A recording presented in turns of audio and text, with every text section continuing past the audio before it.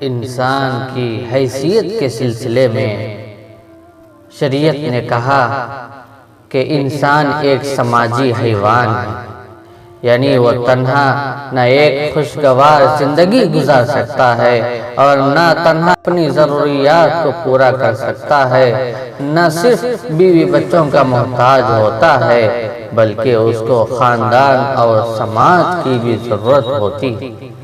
تعلقات وجود پہ آتے ہیں، پڑوسیوں سے تعلق، مقامی تاجروں سے رابطہ، زندگی کے مختلف شعبوں سے تعلق رکھنے والے لوگوں سے استفادہ، سفر کرتے ہوئے سفر کے ساتھیوں کا لحاظ، گاڑی چلاتے ہوئے دوسروں لوگوں کا خیال جو ہمارے ساتھ رواں دواں ہیں، معالج، مریض، تاجروں اور گاہک، استاد اور طالب علم، حکومت کے نمائندے اور رعایا، زندگی کے ایک ایک لمحے میں انسان گھر سے لے کر باہر تک ایک دوسرے سے تعلقات رکھنے پر مجبور ہے۔ جیسے بجلی کا ایک بلب روشنی دینے میں کرنٹ کا محتاج ہوتا ہے، اسی طرح انسان مختلف ضرورتوں کو پوری کرنے میں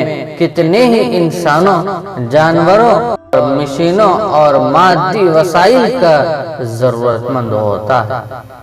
اب اگر وہ اس ضرورت کو خوشگوار طریقے پر پورا کرنا چاہتا ہے تو اس کے لیے ضروری ہے کہ جیسے وہ چاہتا ہے کہ اس کا خیال اور لحاظ رکھا جائے، اسی طرح وہ خود دوسروں کا بھی خیال اور لحاظ رکھنا چاہیے۔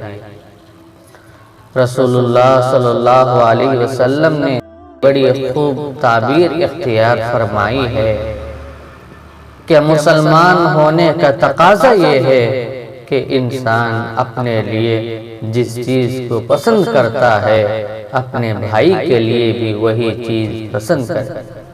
یحب لأخیہ ما یجب لنفسہ، بخاری شریف کی حدیث ہے۔ اس کا مطلب یہی ہے کہ اس کا بھائی جس کیفیت سے دوچار ہو، انسان غور کرے کہ اگر اس وقت وہ اس کیفیت سے دوچار ہوتا تو وہ اپنے ساتھ کس سلوک کا خواہشمند ہوتا، وہی سلوک اس کے ساتھ کرنے کی کوشش کرنا۔ آپ بس میں بیٹھے ہوئے ہیں، حالانکہ نوجوان اور صحت مند ہیں، اگر کھڑے بھی ہو جائیں تو کوئی بڑی دشواری نہیں ہے۔ آپ کے بازو میں ایک بزرگ شخص کھڑے ہوئے ہیں، ہاتھوں میں عصا، کمر جھکی ہوئی ہے، قدموں میں لڑکھڑاہٹ اور جسم لاغر کسی چیز کو تھامے ہوئے کھڑے ہیں۔ اب غور کریں کہ اگر آپ اس عمر میں ہوتے تو کیا سوچتے؟ یہی ہے کہ کوئی نوجوان اٹھ کر آپ کو اپنی جگہ بٹھا دے۔ ایسے وقت میں اگر آپ کھڑے ہو جائیں اور اپنی جگہ پر ان بزرگ کو بٹھا دیں تو آپ کو ان سے بغیر کسی خواہش اور طلب کے ڈھیر ساری دعائیں ملیں گی، اور آپ کا عمل رسول اللہ کی اس ہدایت پر ہوگا کہ جو اپنے لیے پسند کرتے ہو وہی دوسروں کے لیے پسند کرو۔ ٹرین میں بہت سے دفعہ ایسا ہوتا ہے کہ آپ کو نیچے کی برت مل گئی اور کسی خاتون کے حصے میں اوپر کی برت ہے، اس کے لیے خود ہی اوپر چڑھنا دشوار ہے، اور اگر اس کے چھوٹے بچے بھی ہوں تو پھر تو یہ عمل دشوار تر ہو جاتا ہے۔ اگر اس وقت آپ کی فیملی اور آپ کے بچے ہوتے تو یقیناً آپ چاہتے کہ آپ ان کے لیے نیچے کی برت کا انتظام کرتے۔ اب اگر آپ یہاں تھوڑی سی مشقت کو انگیز کر لیں اور اپنی اس انسانی بہن کو اپنا برت حوالہ کر دیں تو سوچئے کہ اس کے دل میں کس قدر شکر کے جذبات موجود ہوں گے۔ سفر حضر میں کتنے ہی موقع ایسے ہوتے ہیں جب ایسے عمل کی ضرورت پڑتی ہے۔ یہ طرز عمل انسان کو لوگوں کی نگاہ میں محبوب بنا دیتا ہے، اور جو انسانوں کے درمیان محبوب ہوتا ہے اس کو اللہ کی محبت حاصل ہوتی ہے۔ حضرت ابو سعید خدری رضی اللہ تعالیٰ عنہ سے اللہ کے رسول علیہ السلام کا ارشاد نقل کیا گیا کہ اللہ کے نزدیک تم میں سب سے زیادہ محبوب وہ شخص ہے جو لوگوں میں سب سے زیادہ محبوب ہو، اور اللہ کے نزدیک تم میں سب سے زیادہ مبغوض اور ناپسندیدہ شخص وہ ہے جو لوگوں کی نظر میں ناپسندیدہ ہو۔ ان احبکم الی اللہ احبکم الی الناس۔ ایک اور حدیث میں اللہ کے نبی علیہ السلام نے فرمایا، ایمان والے کا مزاج یہ ہوتا ہے کہ وہ خود محبت کرتا ہے اور اس لائق ہوتا ہے کہ اس سے محبت کیا جائے، اور اس شخص میں خیر نہیں ہے جو نہ خود محبت کرتا ہو اور نہ اس سے محبت کی جا سکتی۔ اسی لیے آپ نے حسن اخلاق کی بڑی تاکید فرمائی ہے۔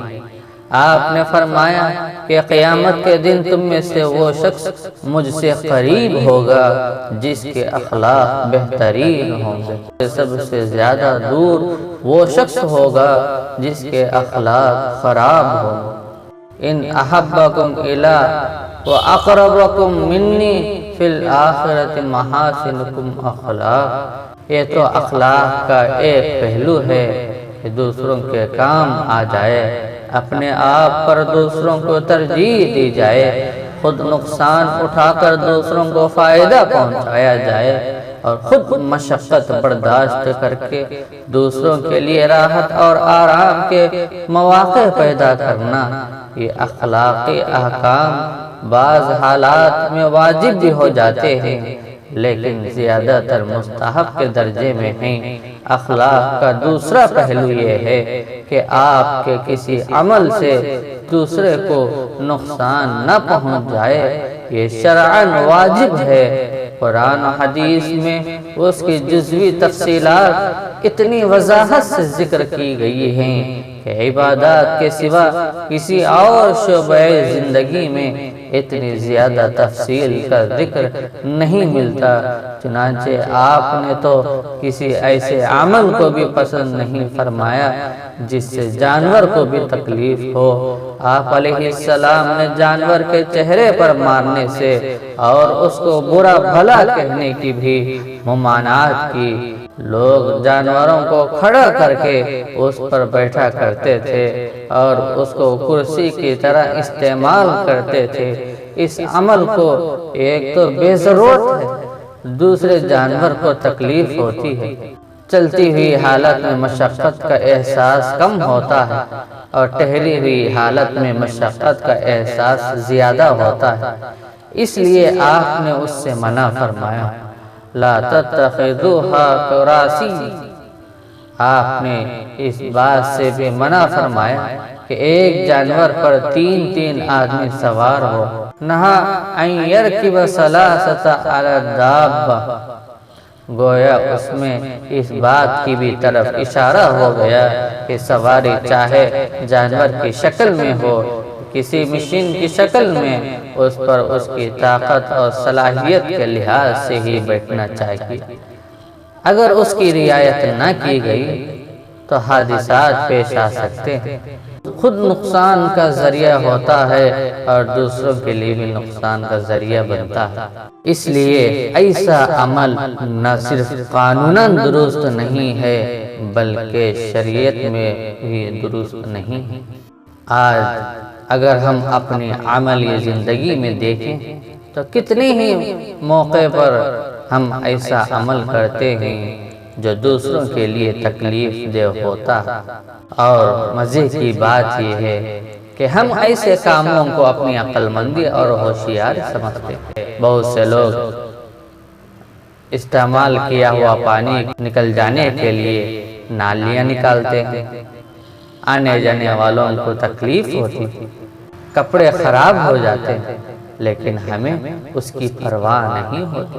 قانون کے مطابق تو ہمیں گھر بناتے وقت اپنی زمین کا کچھ حصہ چھوڑنا چاہیے، لیکن ہمارا حال یہ ہے کہ زمین کا کچھ حصہ چھوڑنا تو دور کی بات، ہم سڑک کے حصے میں سیڑھیاں، چبوترے اور چھجے بنا لیتے ہیں اور ہم ذرا بھی غور نہیں کرتے۔ اگر اس طرح ہم نے کوئی زمین غلط طریقے پر اپنے استعمال میں لے لیا تو ہم نے ایک ہی فرد کو تکلیف نہیں پہنچائی بلکہ ہزاروں افراد کو تکلیف اور مشقت میں مبتلا کیا اور ان کے حق تلفی کی۔ اس طرح ہم اجتماعی طور پر زمین غصب کرنے کے گنہگار ہوں گے۔ محلوں میں یہ بات عام ہے کہ اپنے گھروں کا نکلا ہوا کچرا اور کیچڑ راستے پر یا کسی کے گھر کے سامنے ڈال دیا۔ اسی طرح ایک عام مزاج بن گئی ہے کہ راستے میں جہاں چاہے وہاں گاڑیاں کھڑا کر دیتے ہیں، جہاں پر پارکنگ نہیں ہوتی وہاں گاڑی کھڑی کر دی، اس کی وجہ سے ٹریفک جام ہو جاتی ہے۔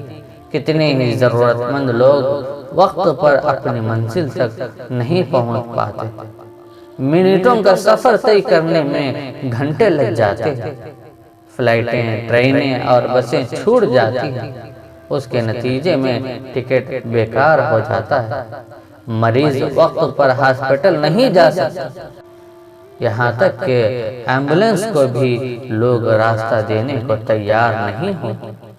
کتنے ایسے واقعات ملیں گے کہ مریض کے ہاسپٹل پہنچنے سے پہلے ہی اس کی موت ہو گئی۔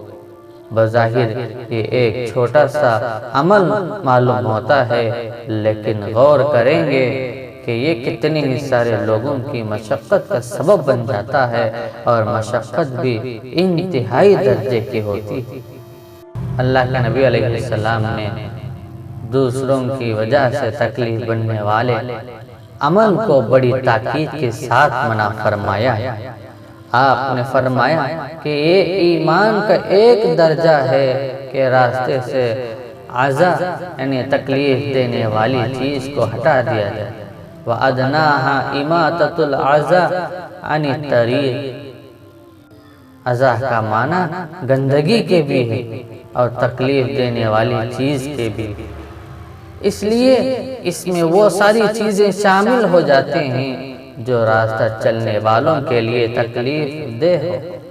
راستے پر پیشاب پاخانہ کرنا، کچرا پھینکنا، جسمانی نقصان پہنچانے والی چیزوں کو راستے پر ڈال دینا، راستے کے کچھ حصے کو اپنے استعمال کے لیے مخصوص کر لینا، گاڑی اس طرح کھڑا کرنا کہ ٹریفک جام ہو جائے۔ اسی لیے اللہ کے نبی علیہ السلام نے راستے پر بیٹھنے سے منع فرمایا، ایاکم والجلوس علی الصعدات، گویا راستے پر چلنے والے اور پڑوسیوں اور محلے کے لوگوں کو تکلیف سے بچانا بھی ایمان میں داخل ہے، اور صرف راستے کی رکاوٹ پر ہی موقوف نہیں۔ کوئی بھی ایسا عمل جس سے کسی کی حق تلفی ہو یا جو کسی کے لیے تکلیف یا خوف دہشت کا ذریعہ بنتا ہو، اس کو دور کرنا، اس سے بچنا، اس سے ممانعت میں شامل ہوتا ہے، جیسے بے موقع پر تھوکنا اور بلغم پھینکنا۔ یہاں تک کہ آپ نے فرمایا کہ اگر کوئی شخص بلغم پھینکے تو اسے زمین میں دفن کر دے یا ایسی شکل اختیار کرے کہ یہ کسی انسان کے بدن یا کپڑے میں نہ لگے۔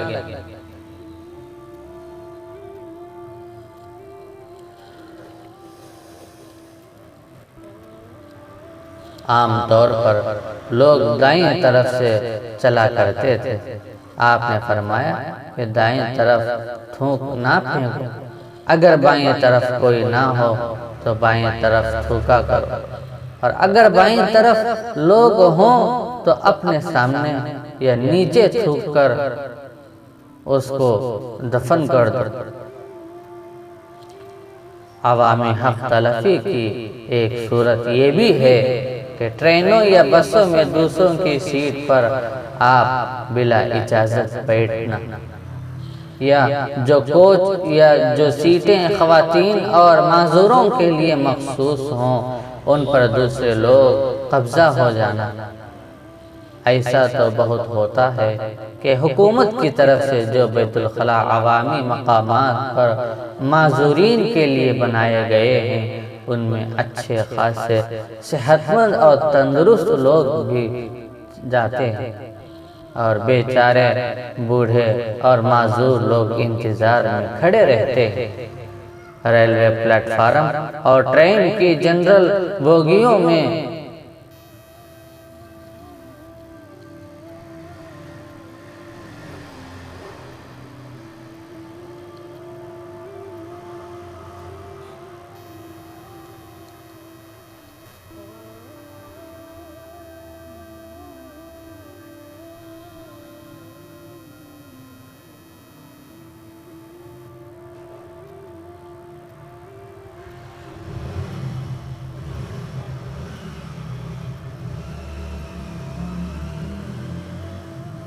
اور ٹرین کی جنرل بوگیوں میں معذور لوگوں کے بیٹھنے کے لیے سیٹیں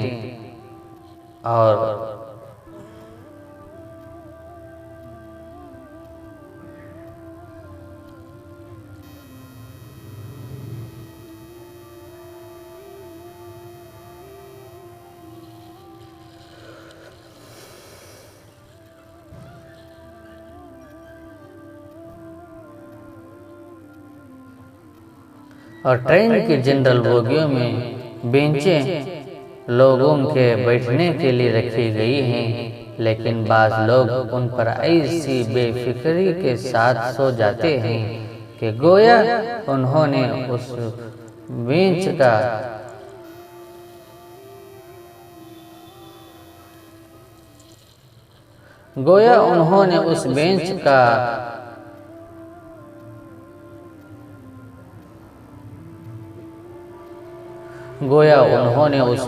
کا ریزرویشن کرا رکھا ہو۔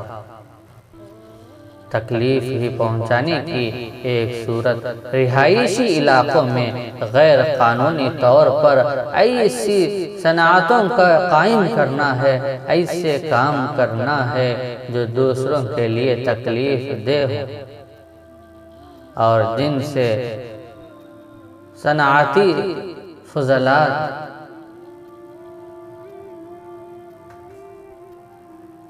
گیسوں اور دھوؤں کا اخراج ہوتا ہو۔ آپ نے تو اس بات سے بھی منع فرمایا کہ رات کو سوتے وقت چراغ جلتا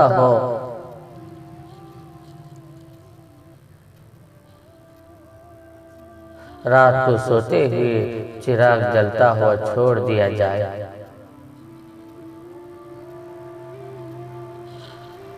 اطفئوا سراجکم، یہ ممانعت کئی مصلحتوں کو شامل ہیں۔ ایک تو بلا ضرورت چراغ کے جلانے میں ایندھن کا بیکار ہوتا ہے، اور ایندھن اللہ کی بہت بڑی نعمت ہے۔ دوسرا یہ ہے کہ اس سے نکلنے والا دھواں انسان کے لیے نقصان کا ذریعہ بنتا ہے۔ تیسری بات یہ ہے کہ اس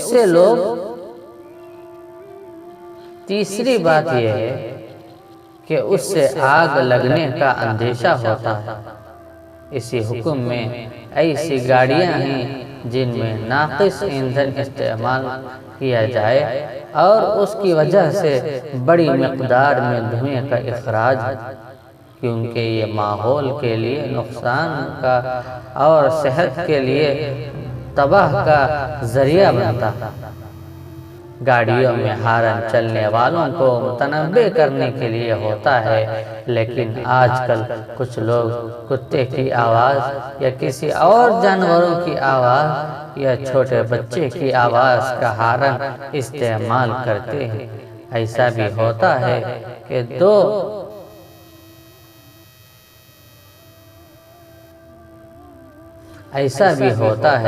کہ دو پاؤں والی گاڑی میں ٹرک اور لاری کا ہارن لگا دیتے ہیں۔ اسی طرح کی آوازیں چلنے والوں کو گھبراہٹ میں مبتلا کر دیتی ہیں اور آدمی بسا اوقات تو عزم کھو دیتا ہے۔ یہ بظاہر چھوٹی چھوٹی باتیں ہیں، لیکن حقیقت یہ ہے کہ اس سے ہمارے مزاج اور طرز فکر کی عکاسی ہوتی ہے۔ جو شخص مومنانہ اخلاق کا حاصل ہو، جس کے دل میں انسانیت کی محبت اور دوسرے انسانوں کا لحاظ ہو، وہ ایسی بات سے بچتا ہے جو دوسروں کے لیے تکلیف کا ذریعہ بنتا ہو۔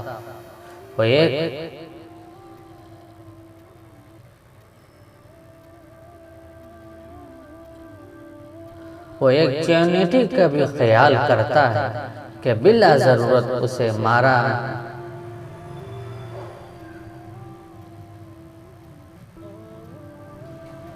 وہ ایک چونٹی کا بھی خیال کرتا ہے کہ بلا ضرورت اسے نہیں مارنا چاہیے۔ وہ ایک بلی کا بھی خیال رکھتا ہے کہ وہ بھوک سے نہیں مرنا چاہیے، اور اس کو ایک کتے کا بھی خیال ہوتا ہے کہ وہ پیاسا نہیں رہنا چاہیے۔ اسے یہ بات بے قرار کر دیتی ہے کہ اس کا کوئی عمل دوسروں کے لیے تکلیف اور مشقت کا سبب بنے۔